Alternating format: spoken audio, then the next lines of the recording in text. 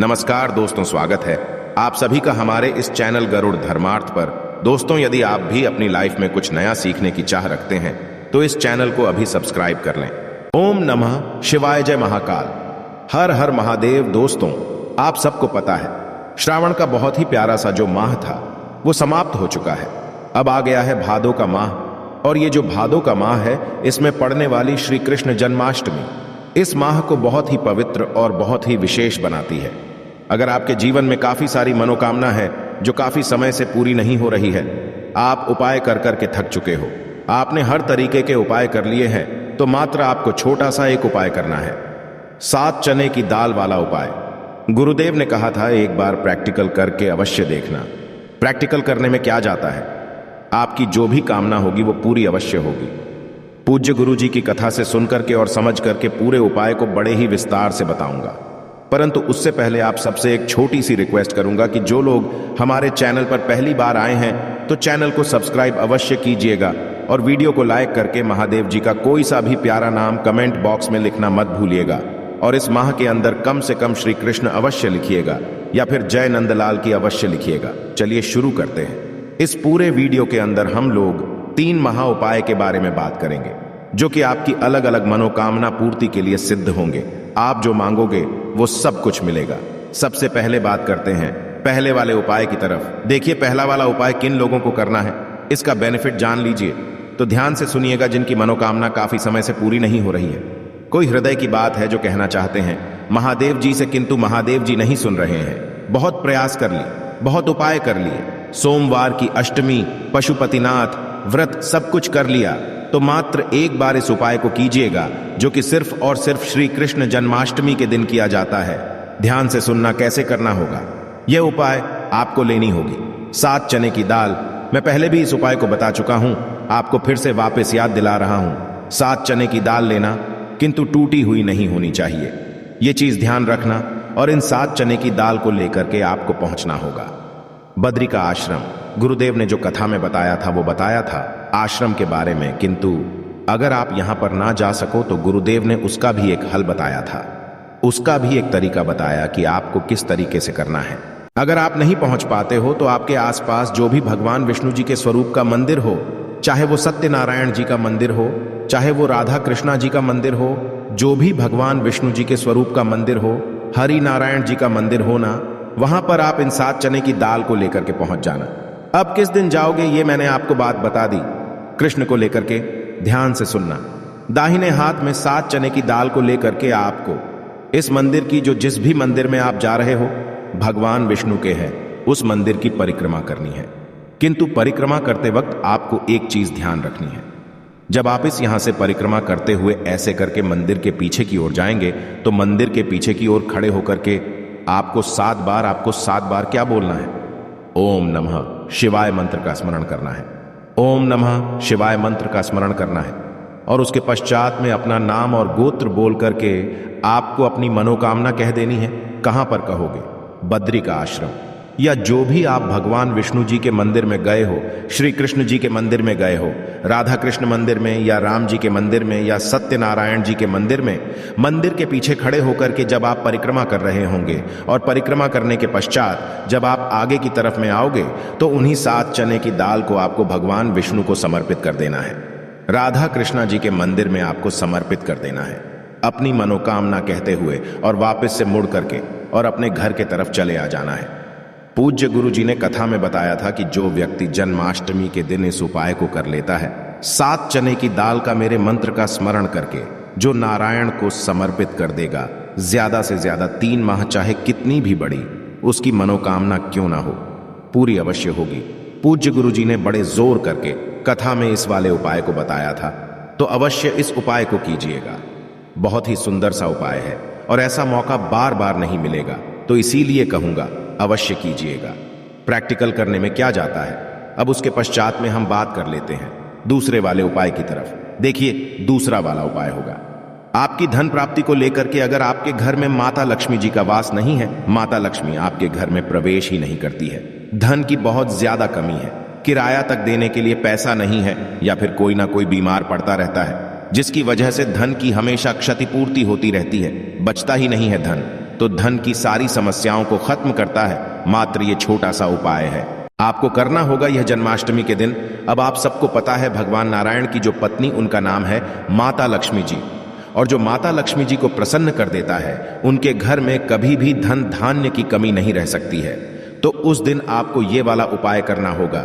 सुबह करना चाहो सुबह कर लो, शाम को करना चाहो शाम को कर लो, कोई दिक्कत नहीं है। ध्यान से सुनना, आपको लेना होगा एक पीपल का पत्ता, सुंदर सा पीपल का पत्ता लेना जो कहीं से भी खंडित ना हो। इस चीज का विशेष करके ध्यान में रखना।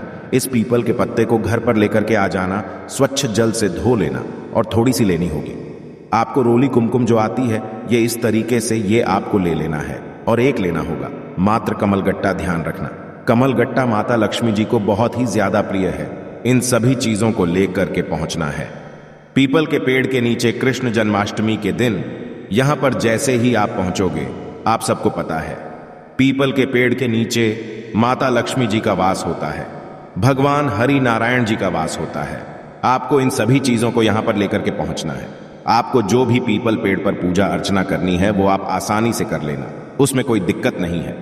उसके पश्चात जो आपने एक पीपल का पत्ता लिया है ना, इस पीपल के पत्ते पर आपको इस रोली कुमकुम जो आपने लिया है ना, इसके अंदर थोड़ा सा जल मिला करके इसका पेस्ट बना लेना और इससे आपको इस पत्ते पर लिखना होगा श्री। आप सबको पता है श्री जो है माता लक्ष्मी जी का एक नाम है, तो आपको श्री यहां पर लिखना है। और श्री लिखने के पश्चात एक कमल गट्टा इसी श्री के ऊपर यहीं पर पीपल के पत्ते के ऊपर रख करके और इसे अपने दोनों हाथों में लेकर के पीपल के पेड़ के नीचे आपको समर्पित कर देना है। समर्पित कर देने के पश्चात 2 मिनट यहां पर बैठ करके AUM नमो भगवते वासुदेवाय मंत्र का स्मरण करना है या ओम नमः शिवाय मंत्र का स्मरण करना है। और स्मरण करने के पश्चात आपको इस पीपल के पत्ते को यहां से उठाना है और उठा करके किसी भी बहते हुए नदी, तालाब, सरोवर में अपनी मनोकामना कहते हुए प्रवाहित कर देना है।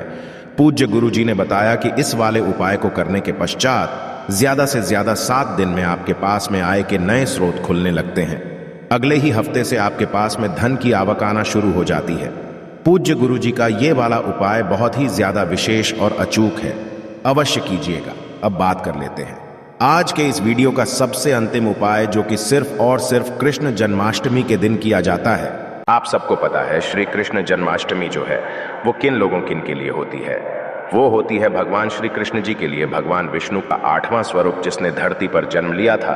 सबसे प्यारा और सबसे सुंदर स्वरूप था वो भगवान श्री हरि विष्णु जी। और उन्हें सबसे ज्यादा क्या प्रिय था?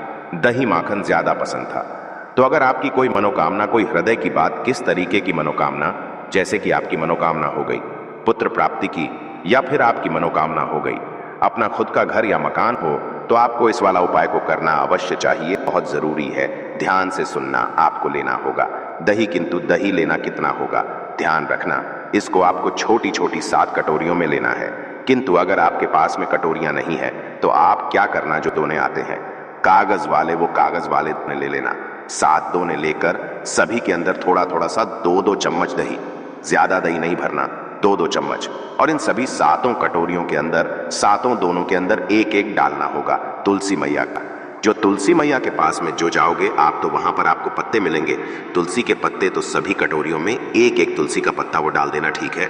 तो पहला तो काम आप ये करोगे, सुबह के समय पर एक एक तुलसी का पत्ता डाल करके 7 दही की कटोरियां तैयार कर ली।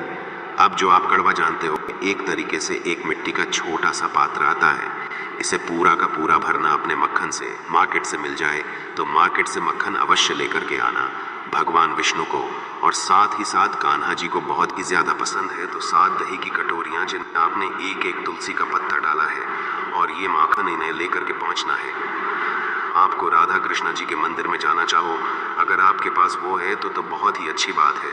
अगर ये नहीं है तो आप किसी भी हरि विष्णु जी के स्वरूप के मंदिर जा सकते हो, चाहे सत्यनारायण जी का मंदिर हो, चाहे राम जी का मंदिर हो, ठीक है ना। वहाँ पर आप चले जाना। वहाँ जाने के पश्चात आपको करना क्या है, ध्यान से सुनना। जो चौखट है, उस चौखट के पास में आपको उन 7 दही की कटोरियों को समर्पित करना होगा। अपना नाम और गोत्र बोल करके यहाँ पर समर्पित करना है। समर्पित कर देने के पश्चात आपने जो ये माखन लिया है ना, इस माखन को अपने दोनों हाथों में उठाना और मंदिर की परिक्रमा करते हुए, कितनी परिक्रमा करनी है आपको? 7 परिक्रमा करनी है। और 7 परिक्रमा करते वक्त में आपको एक मंत्र का स्मरण करना है। ओम नमो भगवते वासुदेवाय नमः। ऐसा मंत्र का स्मरण करते। 7 परिक्रमा पूरी करने के पश्चात उस माखन को भगवान विष्णु जी के जो स्वरूप है राधा कृष्णा जी के मंदिर में आपको समर्पित कर देना है। अपनी मनोकामना कहते हुए गुरुदेव ने बताया था कि जो भी व्यक्ति श्री कृष्ण जन्माष्टमी के दिन माखन का भोग सबके प्रिय कान्हा जी को लगा देता है, ना तो उसके जीवन को ऐसा मक्खन जैसा वो कर देते हैं कि उनके जीवन में कभी कोई बड़ी परेशानी नहीं आ सकती, बड़ी से बड़ी बीमारी, बड़े से बड़े रोग समाप्त हो जाएंगे। उस व्यक्ति के और उसकी सारी मनोकामनाएं पूज्य गुरु जी ने जैसा अपनी कथाओं में बताया वैसा आसान भाषा में आपको बताने का संपूर्ण प्रयास किया। आशा है कि आज की इस प्रस्तुति में बताई गई जानकारी आपको अच्छे से समझ आ गई होगी। वीडियो अच्छा लगा हो तो एक लाइक अवश्य कर दें। धन्यवाद वीडियो के अंत तक बने रहने के लिए।